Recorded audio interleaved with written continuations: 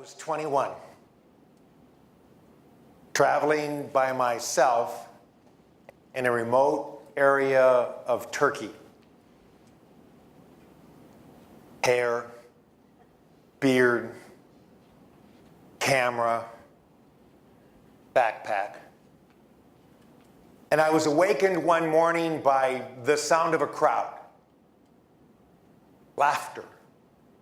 All kinds of noise. So I got dressed and I followed the sound to the center of this little village. And what I came upon that day changed my life. Because what I discovered was a group of people, about 70, 80, maybe even 100, standing in a circle, looking down 3 steps to the very center of this village. And I came up to the edge of the crowd, the only Westerner within sight, and perhaps even within hundreds of miles. And in the center of this crowd was a young man about my age, who was clearly and obviously mentally disabled. And they were throwing rocks at him and sticks at him and cans at him. And he was defending himself as best as he could, but he was bewildered. And somebody came up from behind him and put a paper bag over his head and spun him around, and he fell to the ground. And the crowd roared with laughter, undulated with joy at this young man's suffering. And I stood there, every cell in my body saying, go in there, protect him, rescue him. But I knew that if I did, I'd be in the center of the crowd. And that if they would do that to one of their own, what would they do that to me?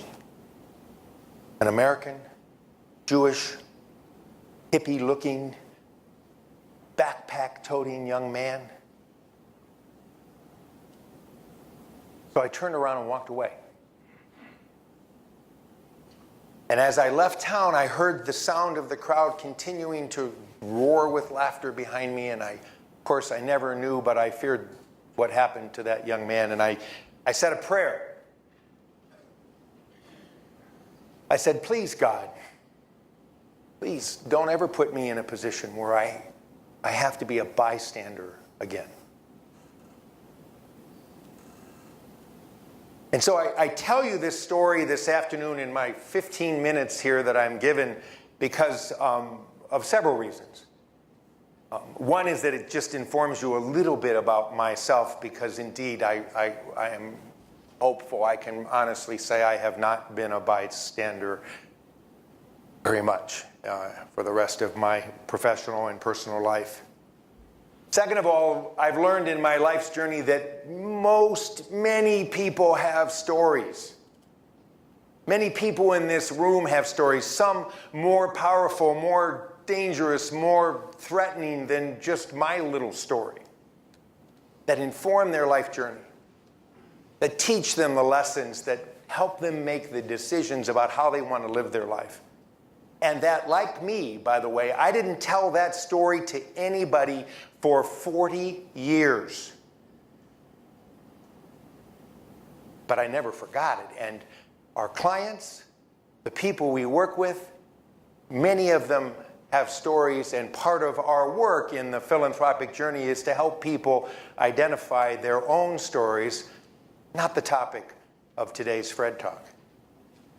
The third reason I share that story is that it's my deeply held belief that at this time in history, none of us can afford to be a bystander. All of us have an obligation to try to make a little difference in the world that seems to be struggling in so many ways. And the last reason I tell that story is because it is a metaphor. It's a metaphor for what some people feel when they walk into their family meetings. Not literally, of course, life-threatening, but many people feel like they're the victims of a mob, of a callous disregard for their emotional and maybe beyond well-being. So those of you who saw the movie yesterday, in the Shaking Tree film, heard me describe that family foundation meeting as a war zone. Because it was. It was a war zone. People launching missiles at each other every opportunity without regard for their impact. And what I want to talk about in the remaining few minutes that I have today is how to create a safe zone in family meetings, because I've learned in my journey in these last 7 years as a philanthropic advisor strategist that until you create a safe place, especially in multi-generational families, you really can't do the work to become an effective and strategic philanthropist.